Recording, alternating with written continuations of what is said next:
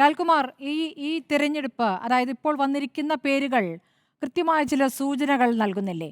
നമുക്ക് അബിൻ വർക്കി അറിയാവുന്നതാണ്. അബിൻ വർക്കി എത്രത്തോളം ഒരു യൂത്ത് കോൺഗ്രസ് നേതാവ് എന്ന നിലയ്ക്ക് സമരമുഖത്ത് സജീവമായി നിൽക്കുന്നയാളാണ്. അതോടൊപ്പം തന്നെ ചാനൽ ചർച്ചകളിലായാലും പ്രതിപക്ഷത്തിൻ്റെ സ്വരമായി ഉരുളയ്ക്കുപ്പേരി പോലെ മറുപടി നൽകുന്ന, അല്ലെങ്കിൽ ഭരണപക്ഷത്തെ ശക്തമായി തന്നെ ആക്രമിക്കുന്ന ശൈലിയുള്ള എന്നാൽ മാന്യമായ ഭാഷയിൽ അത് പ്രത്യേകം എടുത്തു പറയേണ്ടതുണ്ട്. കാരണം പലപ്പോഴും പലത് അങ്ങനെയല്ലല്ലോ നടക്കുന്നത്.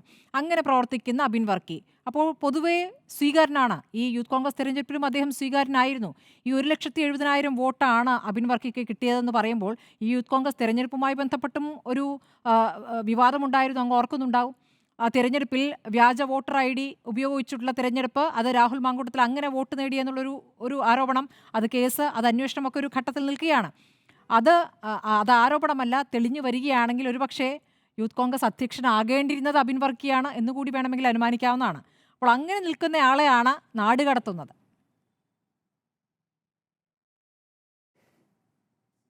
അതെ, താങ്കൾ പറഞ്ഞതുപോലെ നോക്കൂ, ഒരു നല്ല പ്രതിപക്ഷ ശബ്ദം ഉണ്ടാകുക എന്ന് പറയുന്നത് ജനാധിപത്യത്തിൽ എപ്പോഴും നല്ലതാണ്. അബിൻ വർക്കിയുമായിട്ട് പല ചർച്ചകളിലും ഇരുന്നിട്ടുള്ള ഒരാളാണ് ഞാൻ. അദ്ദേഹം ഇതുവരെ അൺഡെമോക്രാറ്റിക്കായിട്ട് പറയുന്നത് ഞാൻ ശ്രദ്ധിച്ചിട്ടില്ല. ദേഷ്യത്തോട് അല്ലെങ്കിൽ ശക്തിയോടുകൂടി വാദിക്കുന്ന ഒരാളായിട്ട് തന്നെയാണ് ഞാൻ കണക്കാക്കുന്നത്. അതങ്ങനെ തന്നെ വേണം താനും. പക്ഷെ ഇവിടെ ഒരു നാച്ചുറൽ ജസ്റ്റിസിൻ്റെ വയലേഷൻ അദ്ദേഹത്തിനെതിരെ ഉണ്ടായി എന്നാണ് ഞാൻ കണക്കാക്കുന്നത്. നോക്കൂ, എനിക്ക് ഇതിനകത്ത് എന്താണ് കാര്യം എന്ന് വേണമെങ്കിൽ പുറത്ത് നിൽക്കുന്നവർക്ക് ചോദിക്കാം. നമ്മൾ ഒരു പൊതുപ്രവർത്തനം എന്ന് പറയുന്ന കാര്യത്തെ നിരീക്ഷിക്കുന്ന ഒരാൾ പറയുന്നു എന്ന് മാത്രം കരുതിയാൽ മതി. സത്യത്തിൽ വലിയ അനീതിയാണ്. കാര്യം രാഹുൽ മാങ്കൂട്ടം ഏത് അവസ്ഥയിലാണ് അദ്ദേഹത്തിൻ്റെ പോസ്റ്റ് വെക്കേറ്റ് ചെയ്യേണ്ട വന്നതെന്ന് നമുക്കറിയാം. അതുമായി ബന്ധപ്പെട്ട് വളരെ ജീർണിച്ച ഒരവസ്ഥയിലാണ് കോൺഗ്രസ്സിന് തന്നെ പല എക്സ്പ്ലനേഷനും പ്രോപ്പറായിട്ട് വരാൻ പറ്റുന്നില്ല. അതിൽ തന്നെ വി.ഡി. സതീശൻ്റെ പൊസിഷൻ വളരെ വീക്കായി. കാര്യം വി.ഡി. സതീശൻ പറയുന്നതല്ല നടക്കുന്നത്.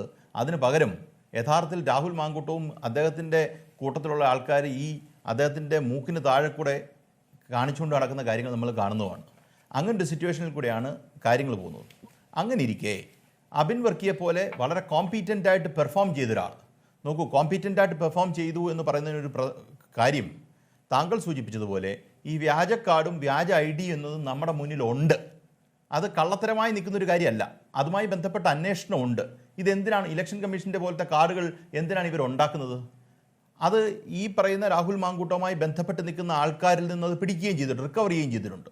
അപ്പോൾ അങ്ങനെ ഒരു അന്തരീക്ഷം, ഒരു രാഷ്ട്രീയ അന്തരീക്ഷം ഉണ്ട് എന്നുള്ളതും ഈ പറയുന്ന കോൺഗ്രസിനകത്ത് തന്നെ ഇതിനോട് എതിർപ്പുണ്ട്. അങ്ങനെ ഒരു സാഹചര്യത്തിൽ കൂടെ നിൽക്കുന്നത്. അതാണ് നമ്മൾ മനസ്സിലാക്കേണ്ട കാര്യം.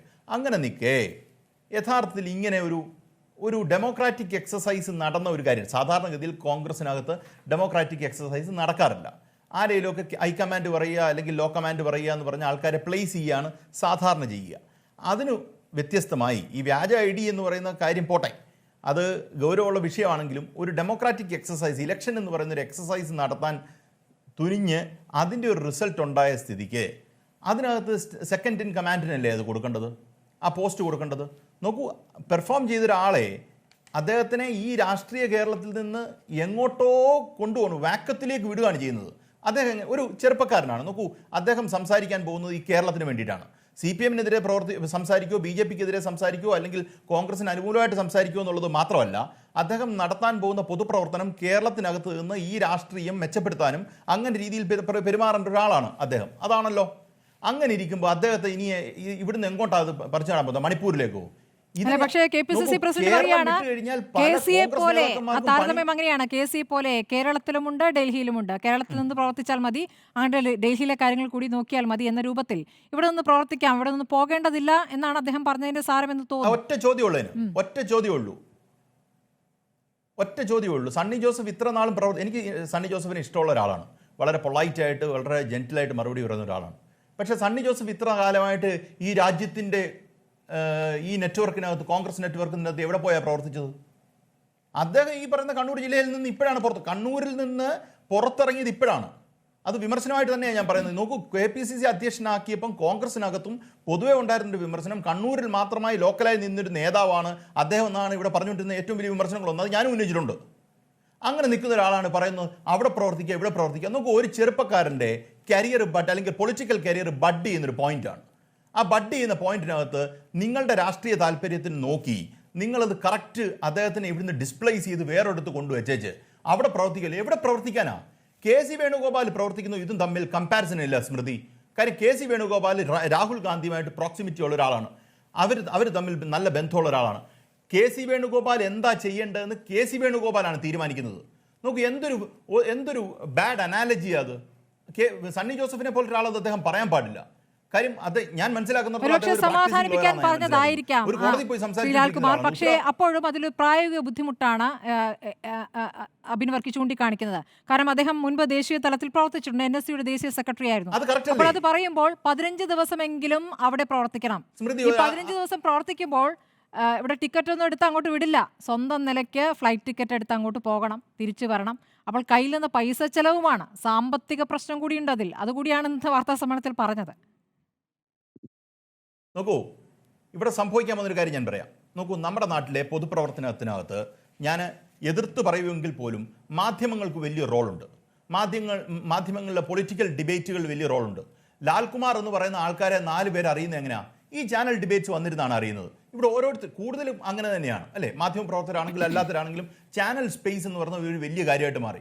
ഞാൻ ഉറപ്പിച്ച് പറയുന്നു, ഈ വ്യക്തിയെ ഇനി കേന്ദ്രത്തിൻ്റെ ആളാണെന്ന് പറഞ്ഞ് കേരളത്തിൻ്റെ കാര്യത്തിൽ അദ്ദേഹത്തെ ഒതുക്കും. എനിക്ക് ഉറപ്പാണ് അത്. കാര്യം അദ്ദേഹത്തിൻ്റെ സ്പേസ് കട്ട് ഓഫ് ചെയ്യുന്ന ഒരു പോയിന്റിൻ്റെ തുടക്കമാണ് ഈ കാണുന്നത്. ഞാൻ ഇത് പറയുന്നത് ഒരു കാരണവശാലും അങ്ങനെ ഉണ്ടാകരുതെന്നുള്ള ആഗ്രഹം കൂടെ കൂട്ടാമെന്ന് വിചാരിച്ചു.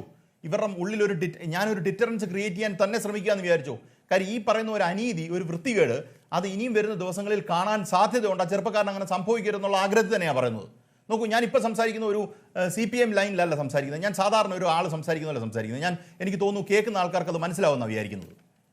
ഒരാളുടെ ഏത് പൊളിറ്റിക്കൽ പാർട്ടി ആയിക്കോട്ടെ, ആ പൊളിറ്റിക്കൽ പാർട്ടിയിലുള്ള ഒരാൾ ഇത്ര നാളും നടത്തിയ പ്രവർത്തനം ഏത് കോൺഗ്രസ്സുകാരനാണ് ഇങ്ങനൊരു അവസരം വന്നിട്ടുള്ളത്? AK ആന്റണി വന്നിട്ടുണ്ടോ? ഉമ്മൻചാണ്ടിക്ക് വന്നിട്ടുണ്ടോ? ഞാൻ ഉറപ്പിച്ച് പറയുന്നു, A ഗ്രൂപ്പിനകത്ത് ഉമ്മൻചാണ്ടി എന്ന് പറയുന്നൊരു നേതാവ് ഉണ്ടായിരുന്നുവെങ്കിൽ ഈ രൂപത്തിൽ അബിൻ വർക്കിക്ക് കേരളം വിട്ട് പോകേണ്ട വരത്തില്ല. ഞാൻ ഉറപ്പിച്ച് പറയുന്നു. ഉമ്മൻചാണ്ടി സാറിനെ ഏറ്റവും കൂടുതൽ എതിർത്തിട്ടുള്ള ഒരാളാണ് ഞാൻ. ഇവിടുന്ന് ഒതുക്കി ഈ പറയുന്ന ചെറുപ്രായത്തിൽ അമേരിക്കയ്ക്കും ലണ്ടനിലേക്കും കോൺഗ്രസ് പ്രവർത്തനം നടത്താനായിട്ട് വിടുക. ഇത് അവിടെ തന്നെ രാഹുൽ ഗാന്ധിക്ക് തന്നെ ചില സ്ഥലങ്ങളിൽ പണിയില്ലാതിരിക്കുന്ന സമയമാണ്. അങ്ങനെ ഇരിക്കുന്നിടത്താണ് ഇവിടുന്ന് ഒരാളെ പറഞ്ഞ് അങ്ങോട്ട് വിടുന്നത്. ഇവിടെ സംഭവിച്ചതെന്നറിയോ? A ഗ്രൂപ്പ് എന്ന് പറയുന്ന പഴയ A ഗ്രൂപ്പ് വീക്കായി പോയി. ആ A ഗ്രൂപ്പ് വീക്കായി കഴിഞ്ഞപ്പോഴത്തേന് യഥാർത്ഥത്തിൽ ഒരു നാഥനില്ല കളരിയായി. അവിടെ ഈ പറയുന്ന ആൾക്കാരെല്ലാം കൂടെ കയറി വന്ന് ആ വാക്കം ക്രിയേറ്റ് ചെയ്ത് ആ സ്പേസ് ഓക്യുപ്പൈ ചെയ്ത് അങ്ങ് ഹൈജാക്ക് ചെയ്തു. അതുവഴി രമേശ് ചെന്നിത്തലയ്ക്ക് ഒരു കൊട്ട്. നോക്കൂ, രമേശ് ചെന്നിത്തലയ്ക്ക് പൊതുപ്രവർത്തന പാരമ്പര്യമുള്ള ഒരാളാണ്. നല്ല രീതിയിൽ ജനങ്ങൾ കേരളത്തിൽ ഏറ്റവും കൂടുതൽ ഇപ്പം നെറ്റ്വർക്ക് ഉള്ള ഒരു പൊളിറ്റീഷ്യൻ്റെ പേര് ചോദിച്ചാൽ VD സതീശൻ പോലും അല്ല, രമേശ് ചെന്നിത്തലയാണ്. രമേശ് ചെന്നിത്തല ഒരു പോയിന്റിൽ പോലും സപ്പോർട്ട് ചെയ്തിട്ടുള്ള ഒരാളല്ല ഞാൻ. പക്ഷേ ഞാൻ ഉറപ്പിച്ച് പറയുന്നു, രമേശ് ചെന്നിത്തലയ്ക്കുള്ള ഒരു ഹോൾഡ് അല്ലെങ്കിൽ ജനങ്ങളുമായിട്ടുള്ളൊരു ബന്ധം ഇത് വേറെ ആർക്കും ഇല്ല. രമേശ് ചെന്നിത്തലയോട് കഴിഞ്ഞ ദിവസം കേരളത്തിലെ മാധ്യമപ്രവർത്തകർ ചോദിച്ചു, ആരാണ് യൂത്ത് കോൺഗ്രസിൻ്റെ അധ്യക്ഷനാകാൻ പോകുന്നതെന്ന് ചോദിച്ചപ്പം അബിൻ വർക്കിയെ ചൂണ്ടിക്കാണിച്ചു. സത്യത്തിൽ നോക്കൂ, അദ്ദേഹത്തിന്റെ പ്രതീക്ഷയായിരിക്കാം ചൂണ്ടിക്കാണിച്ചത്. ആ പ്രതീക്ഷ അസ്ഥാനത്താന്നല്ല, വേറെ ഇതുവഴിയോ പോയില്ലേ? അത് അദ്ദേഹം വിഡ്രോ ചെയ്തു, പൂർണ്ണമായും വിഡ്രോ ചെയ്തു എന്നാണ് അദ്ദേഹത്തിന്റെ ഇന്നത്തെ പ്രതികരണത്തിൽ നിന്ന് മനസ്സിലാക്കേണ്ടത്. വരട്ടെ എന്ന് പറഞ്ഞ് അദ്ദേഹം മാറി നിൽക്കുമ്പോൾ അദ്ദേഹം ഇനി പൂർണ്ണമായും പിൻവാങ്ങിയിരിക്കുന്നു. ഇത് അബിൻ വർക്കിയുടെ വിഷയത്തിൽ മാത്രമായി കാണേണ്ടതില്ല. അദ്ദേഹം പിൻവാങ്ങിയിരിക്കുന്നു, അല്ലെങ്കിൽ പിൻവാങ്ങാൻ നിർബന്ധിതനായിരിക്കുന്നു എന്നുള്ളതാണ്. ഞാൻ വരാം. ശ്രീ നിസാം സെയ്ദ്, നോക്കൂ, എന്തിനുള്ള പൂർത്തിയാക്കോളൂ. അത് കാര്യം എന്ന് വെച്ചാൽ നോക്കൂ, ഞാൻ പറയുന്ന ഒരു കാര്യം, ഇവിടെ ഈ പൊളിറ്റിക്കൽ സ്പേസ് ഓക്യുപ്പൈ ഇപ്പം അബിൻ വർക്കിയുടെ ഇപ്പം പുറത്താക്കിയതുമായി ബന്ധപ്പെട്ട് പുറത്താക്കിയെന്ന് ഞാൻ അതിനെ വിശേഷിപ്പിക്കത്തുള്ളൂ. കോൺഗ്രസ്സുകാർക്ക് ഇഷ്ടപ്പെടുകയില്ലയോ എന്നുള്ളത് എനിക്കറിയത്തില്ല. യൂത്ത് കുറച്ച് പേർക്കെങ്കിലും ഇത് ഞാൻ പറയുന്നത് അംഗീകരിക്കുമെന്നാണ് ഞാൻ കരുതുന്നത്. നോക്കൂ, ഈ പറയുന്ന കാര്യത്തിനകത്ത് മാറ്റിയിരിക്കുന്ന KC വേണുഗോപാല ഈ വിഷയത്തിൽ VD സതീശന്റെ അഭിപ്രായം എന്താ? VD സതീശൻ ഈ വിഷയത്തിൽ റിസൾട്ട് വന്നു കഴിഞ്ഞപ്പം പിന്നെ പാർട്ടിയാണെന്നാണ് VD സതീശൻ പറയുന്നത്. അത് കഴിഞ്ഞാൽ ഇതിന് മുമ്പുള്ള പ്രവൃത്തിയിൽ അദ്ദേഹത്തിന് ഒരു റോൾ ഇല്ലായിരുന്നു എന്നാണ് ഞാൻ പറഞ്ഞു വരുന്നത്. രമേശ് ചെന്നിത്തല അതിന് മുമ്പ് ഒരു അഭിപ്രായം പറഞ്ഞു. VD സതീശൻ വളരെ ജെന്റിലായിട്ട് മിണ്ടാതിരുന്നു. കാര്യം അദ്ദേഹത്തിന് അറിയാം അതിനകത്ത് അപകടം. ഒരു കാരണവശാലും സംസാരിച്ചാലും ഒരിടത്ത് എത്തത്തില്ലെന്ന് വ്യക്തമായി അറിയാവുന്നതുകൊണ്ട് അദ്ദേഹം മിണ്ടിയില്ല. എന്നിട്ട് ഇന്ന് വന്നിട്ട് പാർട്ടിയാണ് വലുത്, പാർട്ടിക്ക് മറ്റേ മെമ്പർഷിപ്പ് ഉണ്ടെന്നൊക്കെ പറഞ്ഞു കഴിഞ്ഞ് നിങ്ങൾ ഒരു ചെറുപ്പക്കാരൻ്റെ കേരളത്തിലുള്ള പൊളിറ്റിക്കൽ കരിയർ കളയുകയാണെങ്കിൽ അതിനോട് യോജിക്കാൻ ഞാനൊരു ഇടതുപക്ഷ സഹയാത്രി എന്ന് നിൽക്കട്ടെ, ഒരു പൊതുപ്രവർത്തന രംഗത്തെ വീക്ഷിക്കുന്ന ഒരാളെന്നുള്ള രീതിയിൽ അംഗീകരിക്കാൻ പറ്റുന്ന ഒരു കാര്യമല്ല ഒരു ചെറുപ്പക്കാരൻ്റെ കരിയർ കളയുന്ന പൊളിറ്റിക്കൽ കരിയർ. അതിന് കരിയർ തന്നെയാണ് വിളിക്കുന്നത്.